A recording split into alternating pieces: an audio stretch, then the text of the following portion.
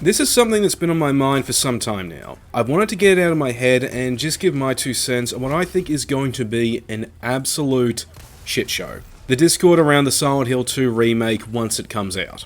The reason why I've had this on my mind has been because I've already seen some negativity brewing around it, but I'm expecting that to just be the tip of the iceberg. A microcosm of this has already happened with the release of the Resident Evil 4 remake, but that didn't kick into overdrive until after the game launched. Discussions around the game being a mix of reasonable debate and full-blown toxicity where genuine concerns about censorship have either been blown way out of proportion or have had some mountains made out of molehills. When the Silent Hill 2 remake does launch, I am expecting to see the same thing, but just way worse, with the discussions being dominated by torrents of heated anger and arguing over anything and everything regardless of how major or minor they are. The exact reasons though why I'm expecting this to happen are for the 3 reasons.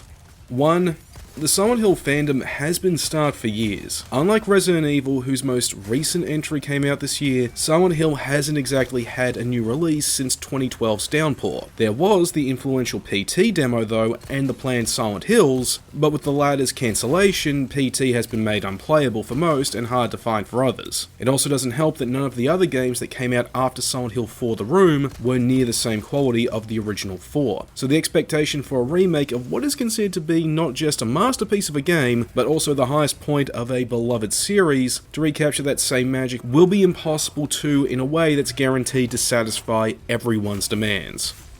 2. Like Resident Evil 4, Silent Hill 2 is held in a very high regard, but unlike RE4, for its innovative gameplay, set pieces, fear factor, and memorable story, it's for its intelligent storytelling and well-realized handling of mature themes, achieved through subtle symbolism and a deep atmosphere like no other. So any potential changes to the story or gameplay, whether they be great or small, objectively work or are inferior, will fall under far greater scrutiny than the removal of, say, a boss fight, a set piece, or an Easter egg.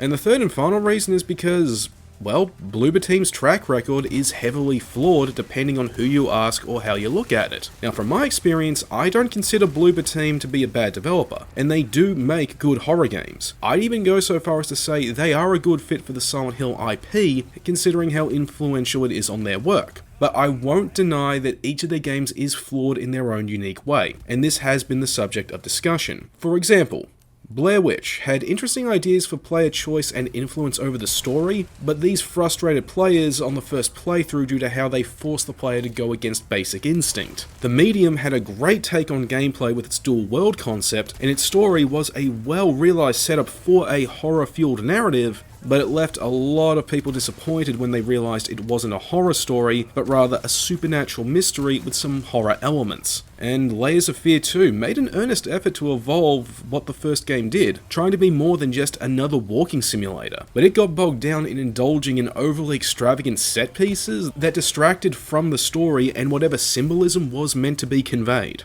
So yeah, those are the reasons why I do believe that when the remake does come out, the discussion around it is just going to be an absolute shit show. Personally though, I am looking forward to the remake. Hell, it's the reason I'm upgrading my PC so I can play it smoothly when it comes out. But I do have my expectations in reason. I'm not expecting it to be bad, but in the absolute worst case scenario, I'm still expecting it to be good. A solid 7 out of 10 title at the very least, that can stand on its own merits while suffering from its own flaws, but can still also look good in the shadow of the masterpiece that is the original. But for those of you who are watching this and are dead set against the remake for whatever reason, alright, you do you.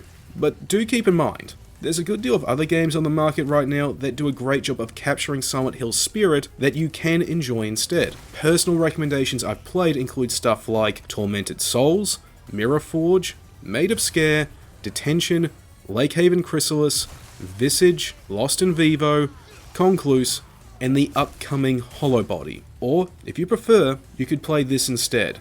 The Silent Hill 2 Enhanced Edition mod. This is a fan project meant to not only do to the PC version of the game what the HD collection was supposed to do, but it also makes it compatible with modern PCs. I put a link in the description if you're at all interested in checking that out. I've actually tried it. My god, it works. Anyway, that's all I wanted to say, just wanted to get that out there. Feel free to respond in the comments, and I don't know if I'll do more content like this. This is just something I wanted to talk about since it's been on my mind for the last couple days. I'm still working on the Mask of the Lunar Eclipse remasters review. I got the audio recorded, I just need to assemble the video. After that, I'll be reviewing the Resident Evil 4 Remake, then after that, Atomic Heart. I'm also working on my second novel, and that's coming along at a decent pace, despite everything being slowed down because I haven't been well these last couple of weeks. I caught a cold that kept coming back. Anyway, till next time.